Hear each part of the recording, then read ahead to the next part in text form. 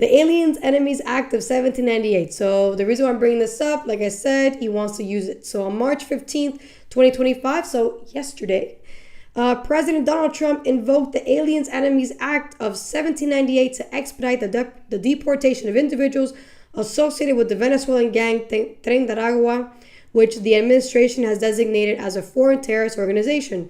The background of the Aliens Enemies Act. Enacted in 1798, the Aliens Enemies Act grants the U.S. president authority to detain and deport non-citizens from countries considered adversaries, particularly during times of war or invasion. Historically, it has been invoked during World War of 1812, the War of 1812, World War I, and World War II.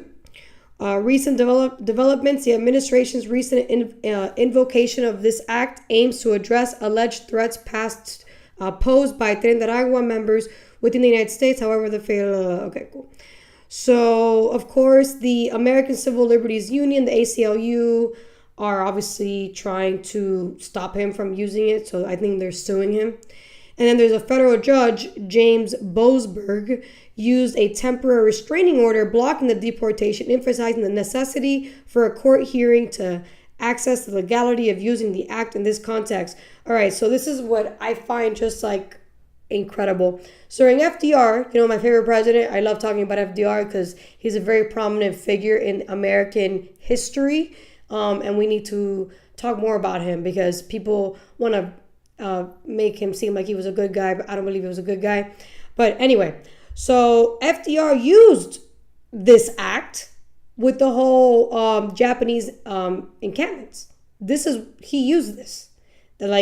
So I don't understand why, and it's not like it's been done before. This will be the fourth time it's being used, and it makes sense to use it. We were invaded. The border was open for like 3.5, 4 years. So it doesn't I don't understand why you would say that this is a bad idea. It's a tool that was created a long time ago for you to use when needed. This is a good time to use it. I don't know. What do you think? I think this makes perfect sense. Why not use the Alien Enemies Act to get people out of here as fast as possible? He's gotta use whatever he has in his arsenal, man. Yeah. Because this is a really huge problem right now.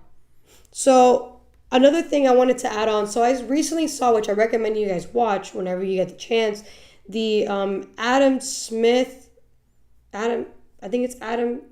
Sorry, no, it's not. Stephen A. Smith and Tom Hogan, the border czar, they just had a conversation recently, and it was really good because it really gave you a perspective of how the border was and how the border is now, and what the priorities are now versus what the priorities were when Biden was in office. And Tom Homan really emphasized that during Biden's presidency, all they cared about was optics. So they allowed a bunch of people in and they would release them. That way, there wasn't a crowd of people that the media can talk about, So everybody would say, oh, the border's not open because, the way the system worked is there wasn't any vetting. So everybody was just coming in quick and fast, getting on those cars and getting shipped to Texas or to different, and then Texas would ship you somewhere else, wherever you wanted to go. So because of the way they had everything set up, it was all about speed. It was about how many people can we bring in here. It wasn't about quality or safety or any of that. And another thing that he brought up is we need to find all those missing kids. There's a bunch of missing kids. And I didn't even know that during Obama's administration, how Biden was a VP at that time, in second term, I think the secretary of, I forgot what it was, chief of staff, I think it was chief of staff, that Mayorkas was some type of position, I think it was chief of staff at the time that Obama was in office. And he said, I was in the border, he was still protecting the border at the time.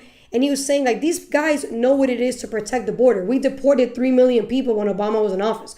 So it doesn't make sense that when Biden goes in, everything just is thrown out the window. And it's they forgot what procedures they were using when Obama was in office, that now that they're in office and they actually have full control, they don't do it. and it doesn't make sense. It's like, what's the point of that? So of course he put his 2 cents as to why he thinks it is, which is like the that theory that supposedly like the Democrats want an open border because they want to bring a bunch of people here to convert them to Democrats, and like that's like their evil plan to make like the Democrats like the only party or some like it's a conspiracy theory, obviously, and it could be maybe even far-fetched because you're assuming that everybody you bring in is going to become Democrat. For all you know, they can be a Republican. You don't know. People think however they want to think. But I definitely agree with him on the fact that during Biden's administration, they only care about optics. They didn't care about any safety whatsoever. That's why they lost a lot of people, a lot of kids. And then during Trump's administration is the opposite. There's barely been border crossings, bro.